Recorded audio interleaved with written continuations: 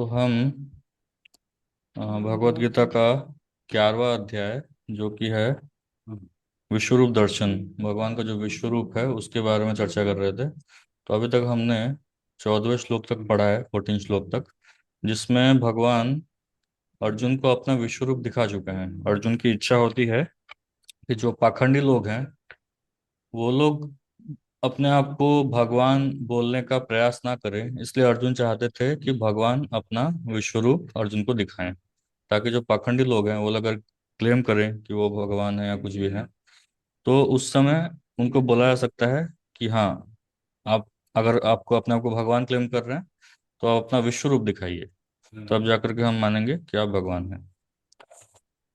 तो भगवान ने अर्जुन को अपना विश्व रूप दिखाया है। विश्व रूप जो है, जैसा कि हम देख चुके हैं, विश्व रूप एक मटेरियल फॉर्म है, मतलब अस्थाई फॉर्म है। वो भगवान का एक अस्थाई रूप है, जिसका केवल इस भौतिक जगत में अस्तित्व है। भौतिक जगत के बाहर आध्यात्मिक जगत में इस विश्व रूप का कोई अस्तित्व नहीं है।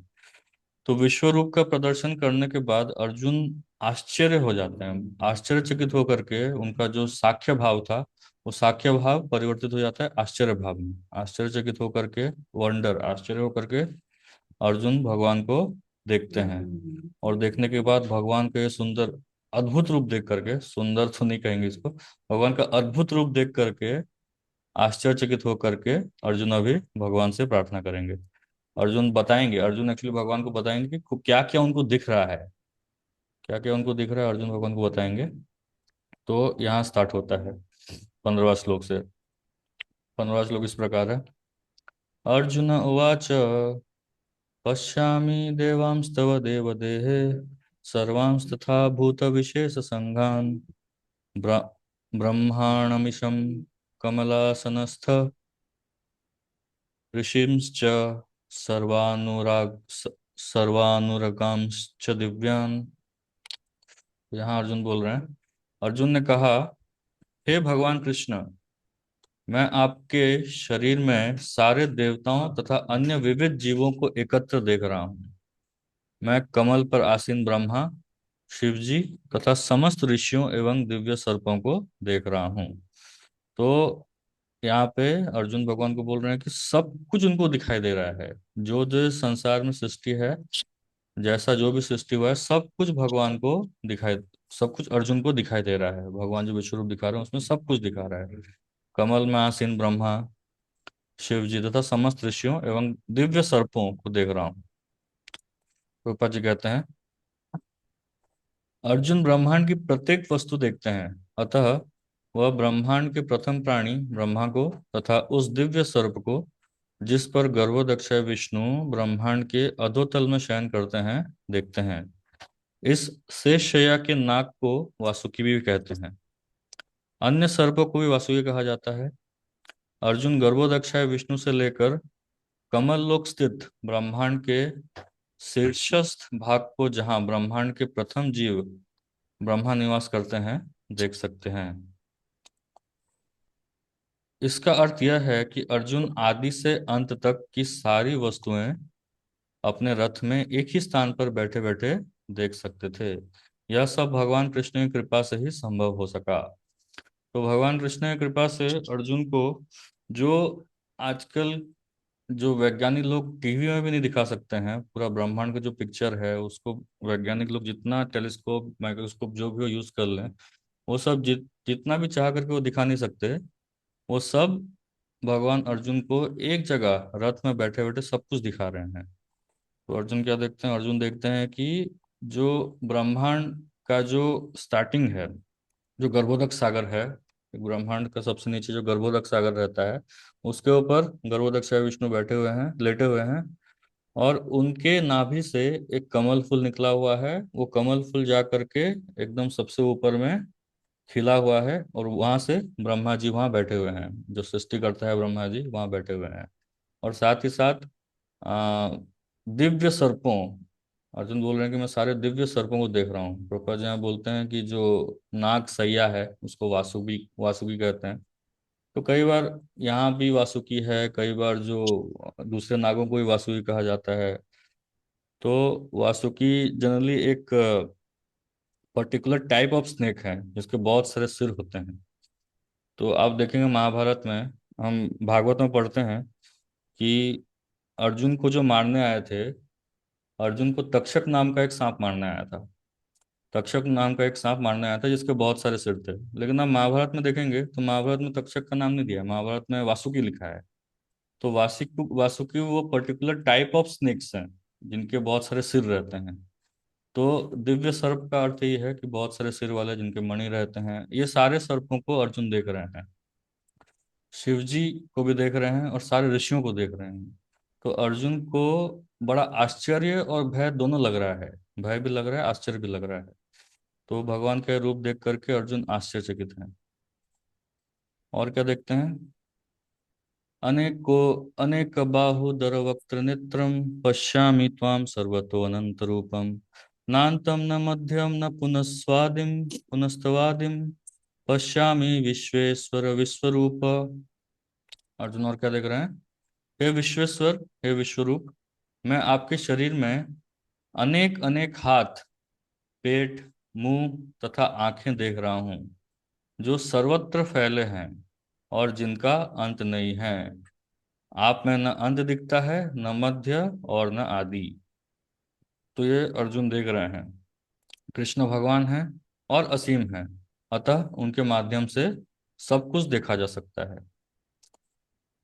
किरीटिनं गदिनं चक्रिणं च तेजोराशिं सर्वतो दीप्तिमन्तं पश्यामि त्वां दुर्निरीक्ष्यं समन्तात् दीप्तानलार्कद्युति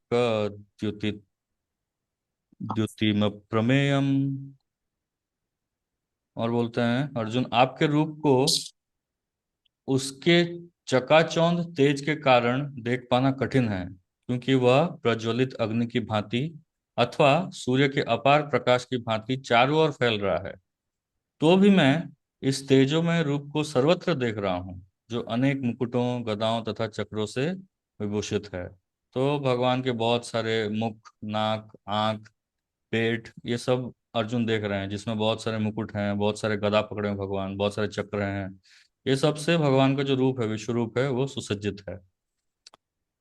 त्वम अक्षरम परमम वेदितव्यम त्वमस्य विश्वस्य परम निधानम त्वमव्यय शाश्वत धर्म गोप्ता सनातनस्त्वं पुरुषो मतो में।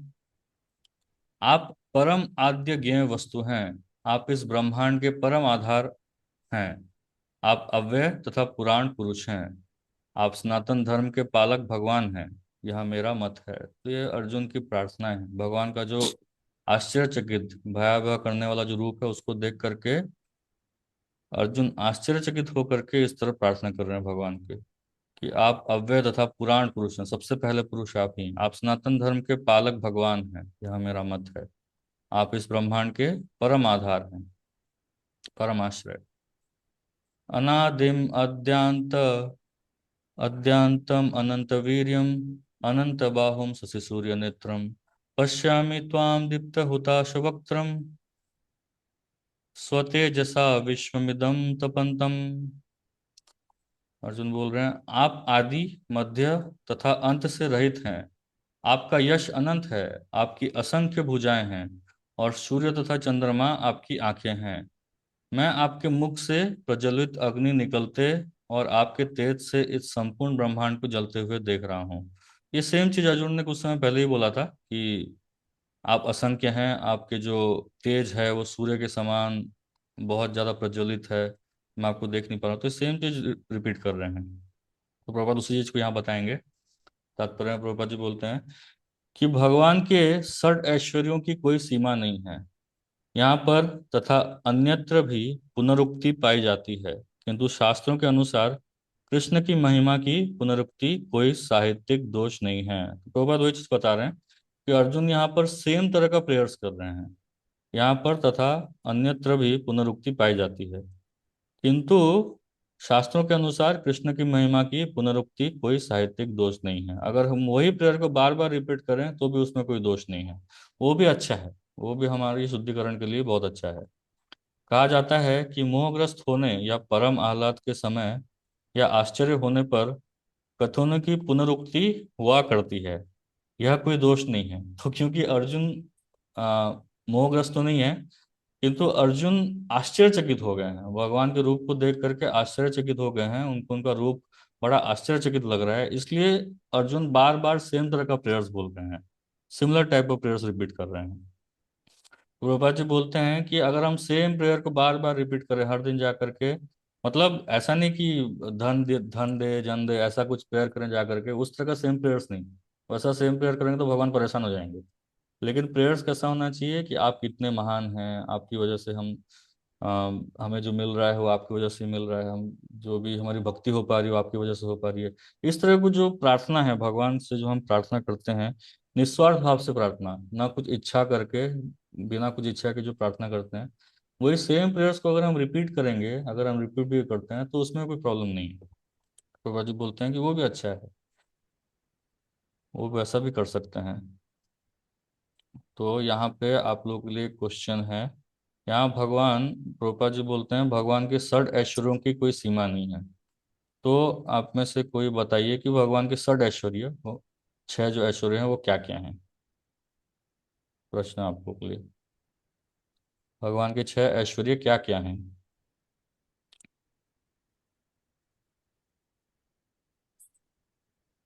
हरे कृष्णा, किसी को पता है कि नहीं पता।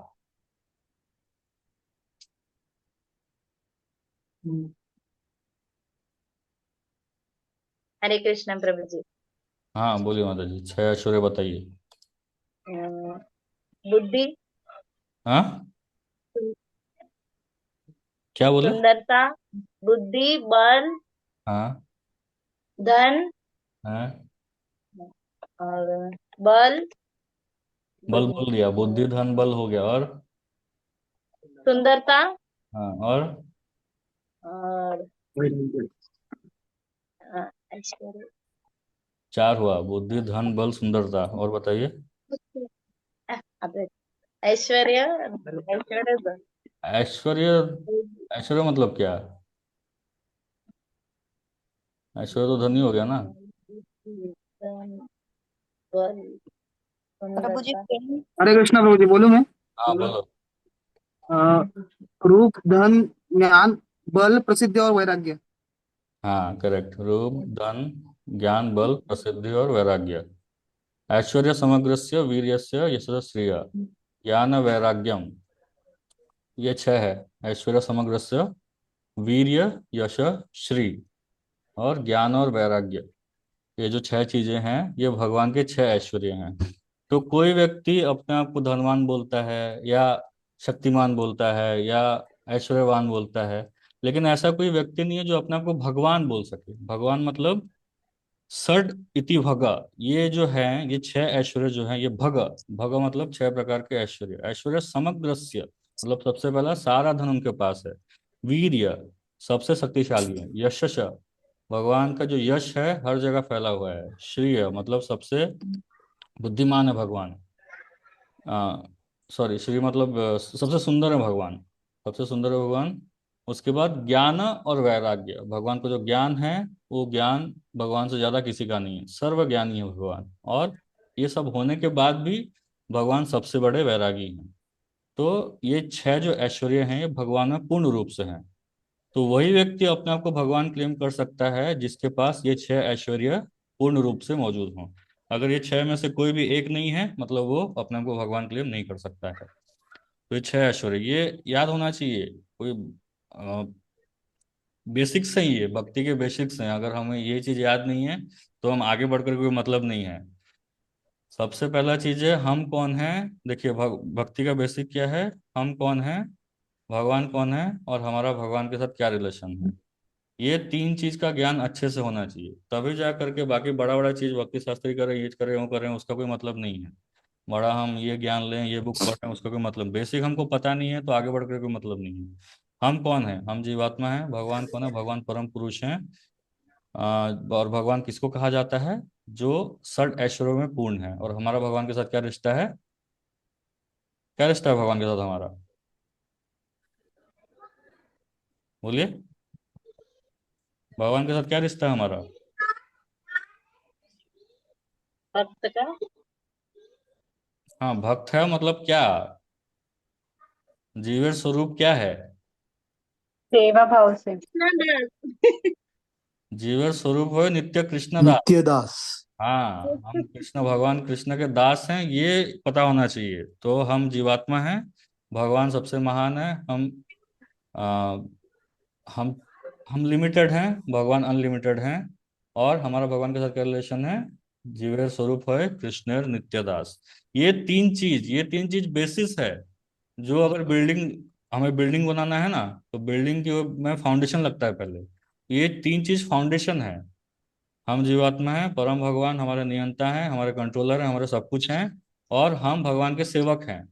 ये तीन चीज के ऊपर ही हमारी भक्ति आगे बढ़ने वाली है। अगर ये फाउंडेशन नहीं ले हो रहा है ठीक से, तो फिर आगे बढ़ ही नहीं सकते हम कौन है, भगवान कौन है, और भगवान के साथ हमारा रिश्ता क्या है, ये तीन चीज के बारे में जानना बहुत आवश्यक है। तो ये षडैश्वर्य है। प्रभुपाद जी बोलते हैं कि उसकी कोई सीमा वैसे तो नहीं है। भगवान को हम असंख्य तरीके से प्रशंसा कर सकते हैं, उनका गुणगान कर सकते हैं। किंतु अगर भगवान को सेम तरह के प्रेयर से भी हम उनको प्रसन्न करने का प्रयास करें, तो उसमें भगवान प्रसन्न हो जाते हैं। फिर आगे आता है, ध्या वा पृथिव्योरिदमन्तरं हि व्याप्तं त्वय्येकेन दिशश्च सर्वा दृष्ट्वाद्भुतं रूपं मृगं तवेदं लोकत्रयं प्रव्यथितं महात्मन्। यद्यपि आप एक हैं, किंतु आप आकाश तथा सारे लोकों एवं उनके बीच के समस्त अवकाश में व्याप्त हैं। हे महापुरुष, आपके इस अद्भुत तथा भयानक रूप को देखकर सारे लोग भयभीत हैं। हरे कृष्णा, आप लोग अपने आप को म्यूट रखिए।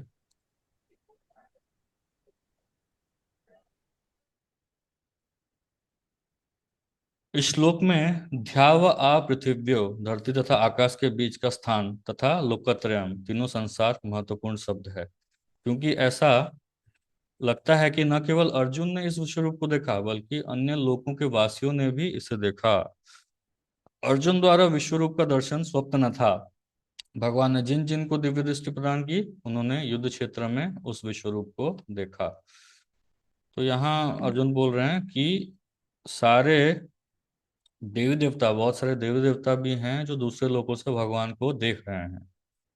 वो लोग भी भयभीत हैं, भगवान के इस रूप को देख करके वो लोग भी भयभीत हो गए हैं।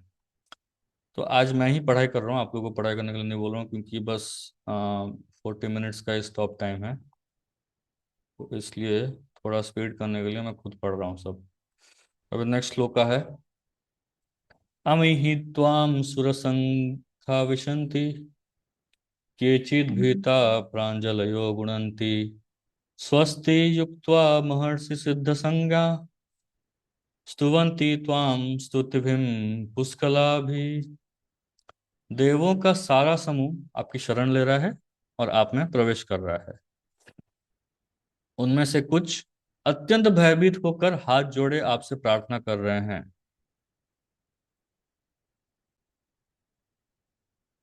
महर्षियों तथा सिद्धों के समूह कल्याण हो कहकर वैदिक स्तोत्रों का पाठ करते हुए आपकी स्तुति कर रहे हैं।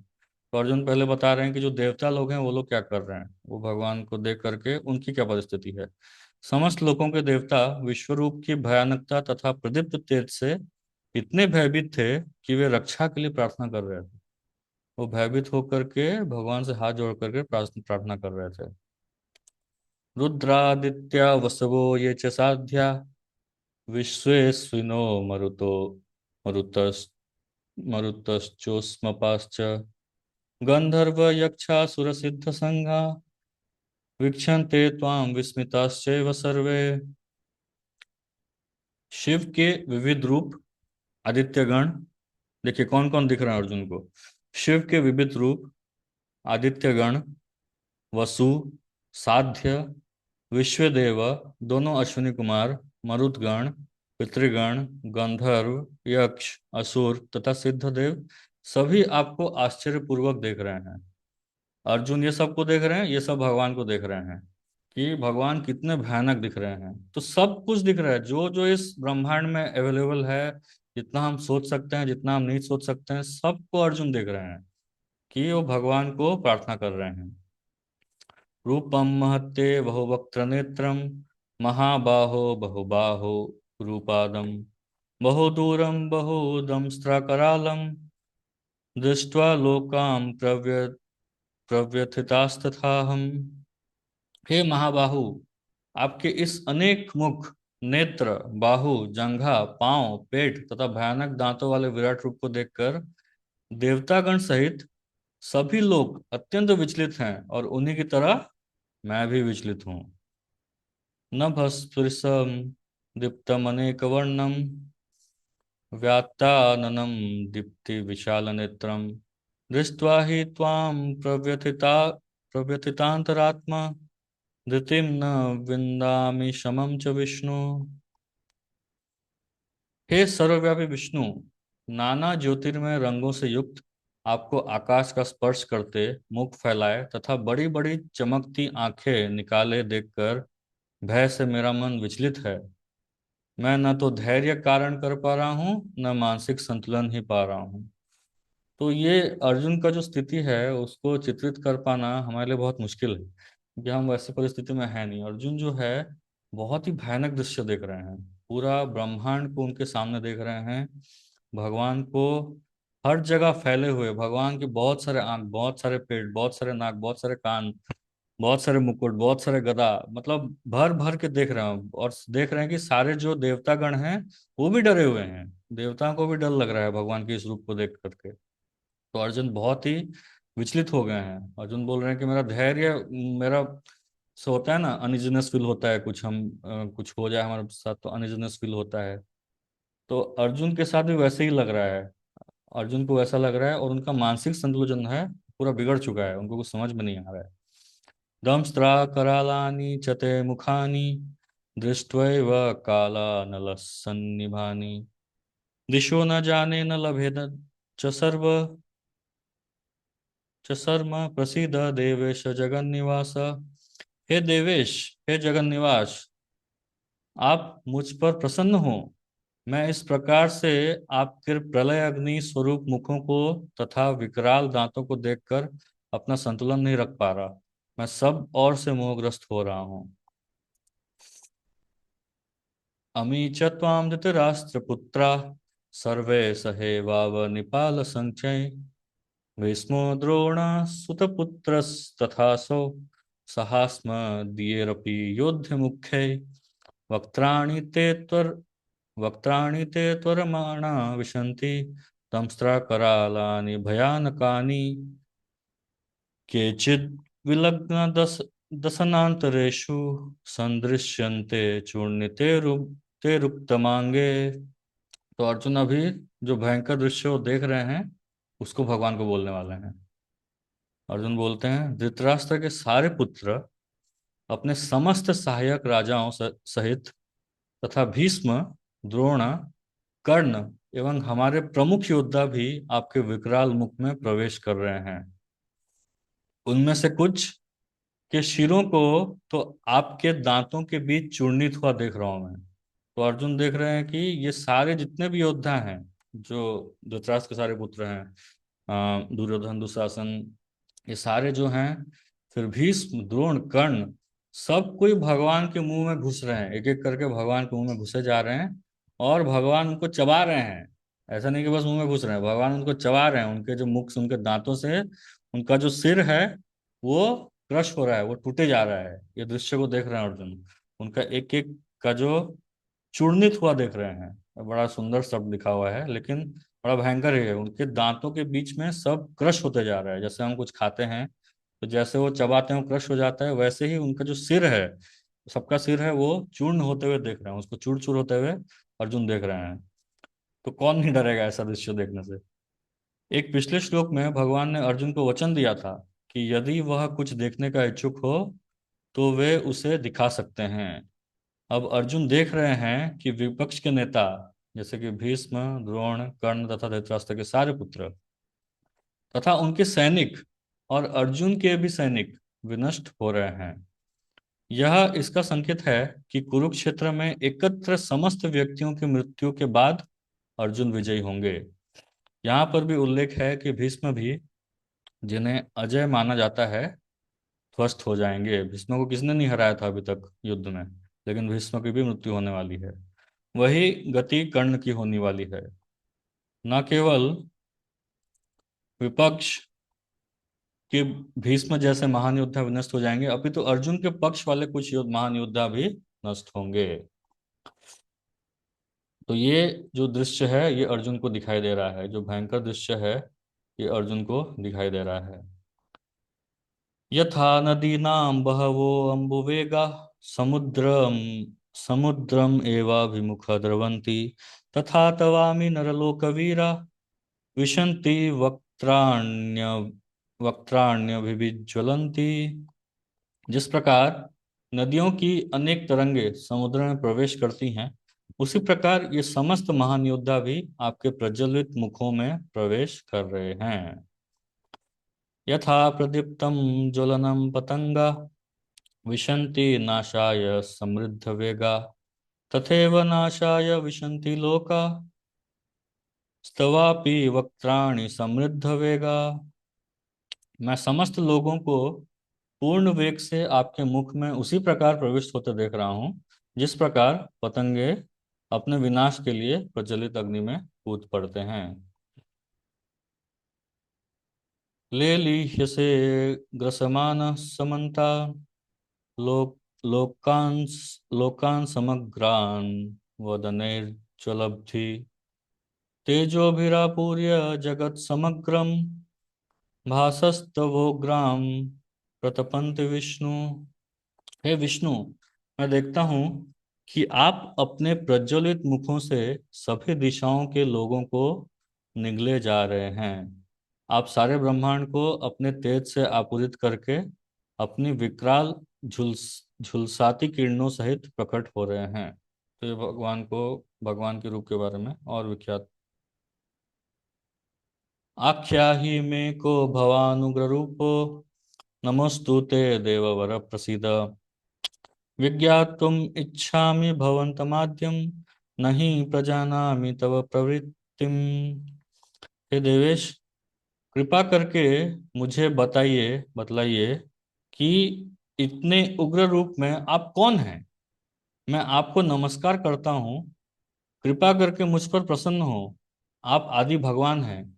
मैं आपको जानना चाहता हूँ, क्योंकि मैं नहीं जान पा रहा कि आपका प्रयोजन क्या है। तो ये भयानक रूप को देख करके अभी तक अर्जुन जो है भगवान को अपना सखा मानते थे, और आप सोचिए कि कोई आपके साथ एकदम घनिष्ठ मित्रता के साथ आपके साथ है, लेकिन अचानक से पता चला है कि वो जो साइड वाला है वो इस देश का प्रधानमंत्री है, तो कितना आश्चर्य लगेगा आपको। तो वैसा ही कुछ अर्जुन के साथ हुआ है। अर्जुन कृष्ण को अपना मित्र मान रहे हैं, लेकिन अचानक से देखते हैं कि भगवान तो सबको चबाए जा रहे हैं। भगवान के मुंह में सब जा करके सबका चूर चूर हो रहा है, भगवान सबको चबाए जा रहे हैं। भगवान आ, सारे देवतागण भगवान को आकर के प्रणाम कर रहे हैं, उनका रूप देख कर भयभीत हो रहे हैं। तो अर्जुन आश्चर्यचकित हो गए हैं। उनको समझ में नहीं आ रहा कि ये व्यक्ति है कौन। ये व्यक्ति कौन है मेरे साथ जो खड़ा है, मेरे सामने जो खड़ा है, ये व्यक्ति कौन है। तो इसलिए अर्जुन डायरेक्टली भगवान को पूछते हैं कि आप मुझे अपना प्रयोजन बताइए, आप कौन है, आप क्या करने के लिए आए हैं। तो आप कृपा करके अपना प्रयोजन बताइए। तो ये एक फेमस श्लोक है। भगवान बोलते हैं, कालोस्मि लोकक्षय कृत प्रवृद्धो, लोका समाहर्तुमिह प्रवृत्त, ऋतेऽपि त्वां न भविष्यन्ति सर्वे, ये अवस्थिता प्रत्यनिकेषु योधा। तो भगवान बोलते हैं कालोस्मि, मैं काल हूं। भगवान ने कहा समस्त जगतों को विनष्ट करने वाला काल मैं हूं, और मैं यहाँ समस्त लोगों का विनाश करने के लिए आया हूं। तुम्हारे सिवा, मतलब पांडवों के सिवा, दोनों पक्षों के सारे योद्धा मारे जाएंगे। तो भगवान ने पहले ही बोल दिया है, पहले ही स्टैंप लगा दिया है कि क्या होने वाला है युद्ध में, कि तुमको छोड़ करके, पांडवों को छोड़ करके सारे योद्धा मारे जाएंगे। तो तात्पर्य अभी और 5 मिनट बचे हैं, तो जहां तक होगा उतना ही हम पढ़ेंगे, उसके बाद से हम नेक्स्ट क्लास से कंटिन्यू करेंगे। तो तात्पर्य में प्रभुपाद जी बोलते हैं, यद्यपि अर्जुन जानते थे कि कृष्ण उनके मित्र तथा भगवान हैं, तो भी वह कृष्ण के विविध रूपों को देखकर चकित थे। अर्जुन को पता था कि वो उनके मित्र हैं, वो ये भी पता था कि अब भगवान है, लेकिन फिर भी इतना भयंकर रूप देख करके अर्जुन जो है वो चकित हो गए थे। इसलिए उन्होंने इस विनाशकारी शक्ति के उद्देश्य के बारे में पूछताछ की, इतना भयंकर रूप क्यों दिखा रहे हैं भगवान। वेदों में लिखा है कि परम सत्य हर वस्तु को, यहाँ तक कि ब्राह्मणों को भी नष्ट कर देते हैं। कठ उपनिषद में वचन है, यस्य ब्रह्म च क्षत्रम च उभे भवत ओतन मृत्युर्यस्योपसेचनम क इत्था वेद यत्र स। अनंतः सारे ब्राह्मण, क्षत्रिय तथा अन्य सभी परमेश्वर द्वारा काल कवलित होते हैं। परमेश्वर का यह रूप सबका भक्षण करने वाला है, और यहाँ पर कृष्ण अपने को सर्वभक्षी काल के रूप में प्रस्तुत करते हैं। केवल कुछ पांडवों के अतिरिक्त युद्ध भूमि में आए सभी लोग उनके द्वारा भक्षित होंगे। अर्जुन लड़ने के पक्ष में न थे, वह युद्ध न करना श्रेयस्कर समझते थे, क्योंकि तब किसी प्रकार की निराशा न होती। किंतु भगवान का उत्तर है कि यदि वह नहीं लड़ते तो भी सारे लोग उनके ग्रास बनते, क्योंकि यही उनकी इच्छा थी। तो भगवान सीधे बता रहे हैं, भगवान अर्जुन को ये रूप दिखा करके बता रहे हैं कि अर्जुन भले ही तुम लड़ो ना लड़ो, तो लड़ना चाहो लड़ना ना चाहो, लेकिन ये सब मरने वाले हैं। मैं इनको ऑलरेडी मार चुका हूँ। कब मार दिया था? जब अ, भरे सभा में द्रौपदी का जो चीरहरण हुआ था, उसमें किसी ने कुछ नहीं बोला था, उसी समय मैंने सबको मार दिया था। अर्जुन भगवान बोलते हैं कि उस समय सबको मार दिया था, लेकिन तुम अगर नहीं मारोगे कोई और आकर के मारेगा। तो इसलिए भगवान बोल रहे हैं, निमित्त मात्र भव सव्यसाचीम। हे सव्यसाची, जो सव्यसाची मतलब जो दोनों हाथों से सेम कार्य कर सकता है, दोनों हाथों से धनुष बाण चला सकते थे। सव्यसाची एम्बिडेक्स्ट्रस, दोनों हाथ से कार्य करने वाला। तो सव्यसाची तुमको बस एक निमित्त बनना है। तो भगवान बोल रहे हैं, भगवान सव्यसाची बोल रहे हैं अर्जुन को, भगवान बोल रहे हैं कि तुम दक्ष हो, तुम एक्सपर्ट हो, लेकिन फिर भी तुम्हें केवल एक निमित्त बनना है, तुम्हें अपना दिमाग नहीं चलाना है। भगवान यहाँ पे बोल रहे हैं कि अपना दिमाग चला करके तुम्हारा विनाश होगा। जो मैं बोल रहा हूँ केवल वही करो, केवल तुमको निमित्त मात्र बनना है। भले ही अर्जुन एक्सपर्ट हैं, दोनों हाथों से, आप सोचिए, दोनों हाथों से सेम कार्य कर पाना। अर्जुन जैसा राइट हाथ से मार सकते थे, वैसा ही लेफ्ट हाथ से ही मार सकते थे। तो इतना एक्सपर्ट होने के बाद भी, इतना एबल होने के बाद भी भगवान बोल रहे हैं कि just follow what is being said, you just follow, जो बोला जा रहा है वही पालन करो। तो भगवान यही बोल रहे हैं कि हमें केवल निमित्त मात्र बनना है, हमें ज्यादा अपना दिमाग नहीं चलाना है। हमें जो हमें बताया गया है उतना अगर हम करेंगे, भले ही हमें लगे कि ये गलत है या फिर ये करने से क्या हो जाएगा, लेकिन जितना हमें बताया गया है वो इच्छा के अनुसार अगर हम उस भगवान की इच्छा या भक्तों की इच्छा के अनुसार हम कार्य करेंगे, तो उसमें हमारा, वो वही हमारा श्रेयस्कर है, ना कि अपने दिमाग से हम कुछ कार्य करें। तो परंतु भगवान का उत्तर है कि यदि वह नहीं लड़ते तो भी सारे लोग उनके ग्रास बनते, क्योंकि यह उनकी इच्छा थी। यदि अर्जुन नहीं लड़ते तो वे सब अन्य विधि से मरते। मृत्यु रोकी नहीं जा सकती, चाहे वो लड़े या नहीं। तो यहाँ एक इम्पोर्टेंट कॉन्सेप्ट है कि मृत्यु रोकी नहीं जा सकती है। हम जितना चाह करके भी मृत्यु को रोक नहीं सकते हैं। हम देख सकते हैं, कोई अगर बहुत ज़्यादा अच्छा योगा करता है, बहुत ज़्यादा एक्सरसाइज करता है, तो भी ऐसा व्यक्ति भी, भले ही वो दर्द से ना मरे, भले ही उसको कोई डिजीज ना हो, लेकिन अचानक से हम देखते हैं कुछ लोग होते हैं, अचानक से एकदम सब कुछ ठीक रहता है, अचानक से उनको हार्ट अटैक आ जाएगा और वो मर जाएंगे। क्यों? क्योंकि उनका मृत्यु का समय आ गया है।